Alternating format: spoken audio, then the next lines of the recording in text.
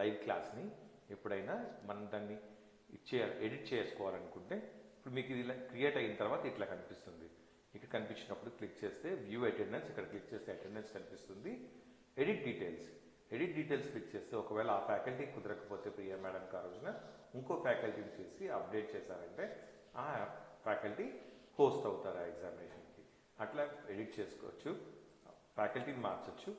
Okay, అట్లాగే edit sections, ఈ section కూడా కాకుండా ఇంకో సెక్షన్ కూడా యాడ్ చేద్దాం అనుకుంటే ఆ సెక్షన్ కూడా మీరు యాడ్ చేసుకోవచ్చు. ఇక్కడి నుంచి చేసుకొని అసైన్ చేయొచ్చు. ఆ సెక్షన్ స్టూడెంట్స్ కూడా ఆ లైవ్ క్లాస్లో పార్టిసిపేట్ చేయగలుగుతారు. లేదు అసలు ఈ క్లాస్ స్ట్రీమ్ని తీసేద్దాం అనుకుంటే you can delete this stream.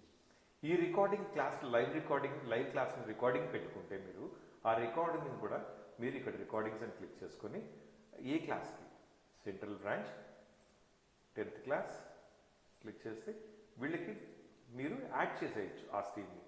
Okay, దానికి ఒక నేమ్ పెట్టుకొని, ఆ వీడియోకి నేమ్ పెట్టుకొని, ఆ లింక్ అక్కడే ఉంటుంది, మీ జూమ్లోనే ఉంటుంది. సో దాన్ని యాడ్ చేసుకొని ఓకే, సెంట్రల్ ఏ క్లాసు 10th క్లాస్ స్టూడెంట్స్కి, సబ్జెక్టు మ్యాథమెటిక్స్, కంటెంట్ సిబిఎస్ఈ, ఏ chapter real number chapter, topic కూడా అదే, ఏ డేట్లో జరిగింది, 5th డేట్లో జరిగింది ఆ డేట్, ఫ్యాకల్టీ పేరేంటి ప్రియా ప్రియా అని చెప్పి సేవ్ అని క్లిక్ చేశారంటే ఈ లైవ్ రికార్డెడ్ వీడియో క్లాస్ కూడా మీకు అక్కడే సేవ్ అయి ఉంటుంది.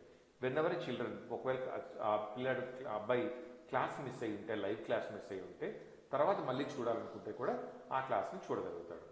రిపీటెడ్గా ఎన్నిసార్లు అయినా చూడొచ్చు. There won't be any problem for the student.